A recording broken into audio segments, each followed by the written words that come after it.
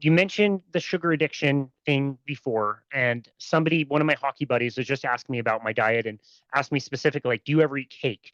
And I turned around and asked him, like, okay, when you eat a piece of cake, can you have one piece and put the cake away and not think about cake for the rest of the day? He like looked at me like I was insane. He's like, well, yeah, of course. And I'm like, dude, I can't do that. Like, I have the cake, I want more cake, and then I just think about the cake. And he looks at me like I was nuts. And it's like, dude, you'll never understand my brain.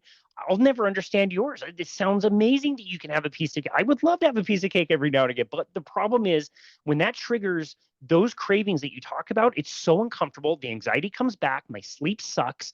It's just not worth it for people that, whatever degree you think you have sugar addiction, if it kicks off cravings and you start consuming more than you think you want, it's really uncomfortable. It's worth it to stay abstinent of all sugar in that situation.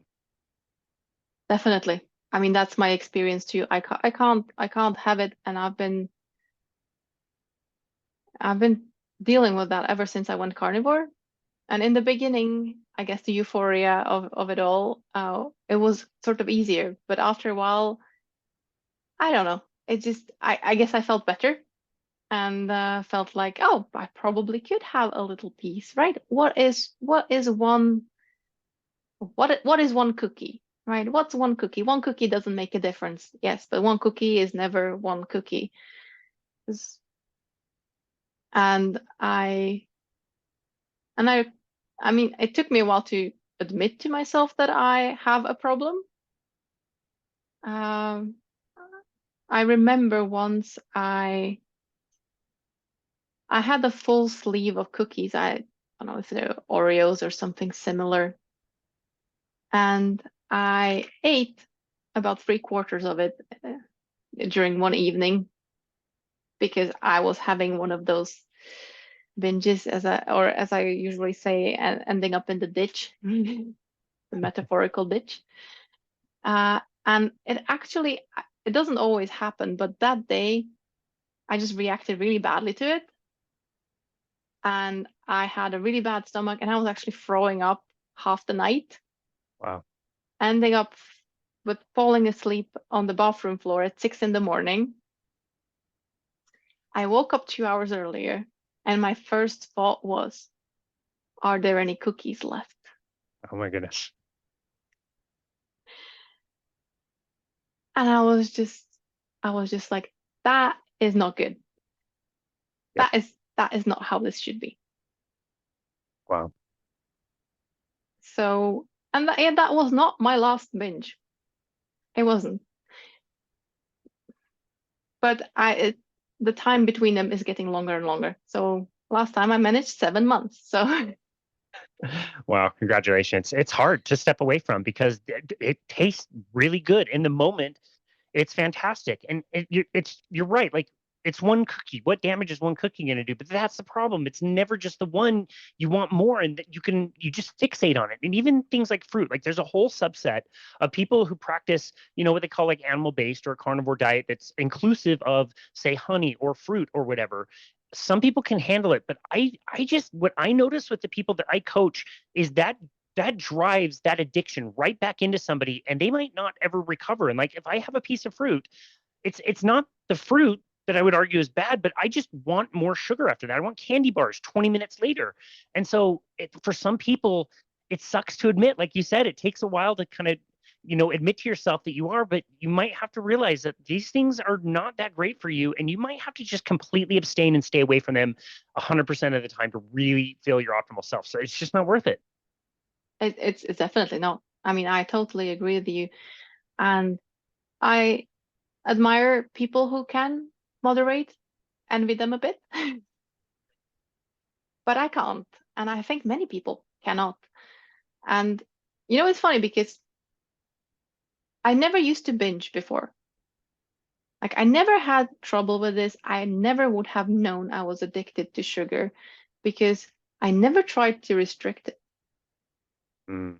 I was slightly overweight, but not that worried about it that I would actually try properly to diet. So I would, I mean, I ate a lot of sugary things. I would have cereal in the morning, right? With a glass of juice. And then, whatever, maybe a piece of cake with lunch, or some candy, or apples, or oatmeal. There's a lot of sugar in that stuff.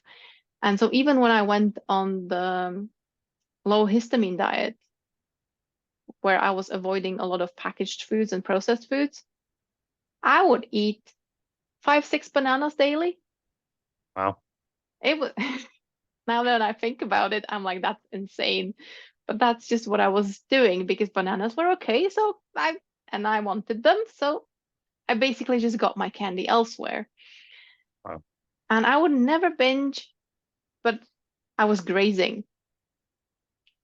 So I would just have a little bit and then wait 15, 20 minutes, an hour, right? Depending on what I was doing, how bored I was, or how worried about something. And whenever I had the need to eat something, I would just go and have a little bite. So I would never get to the point where I would feel like I ate too much. But the result was that I ate a lot of it throughout the day. Mm.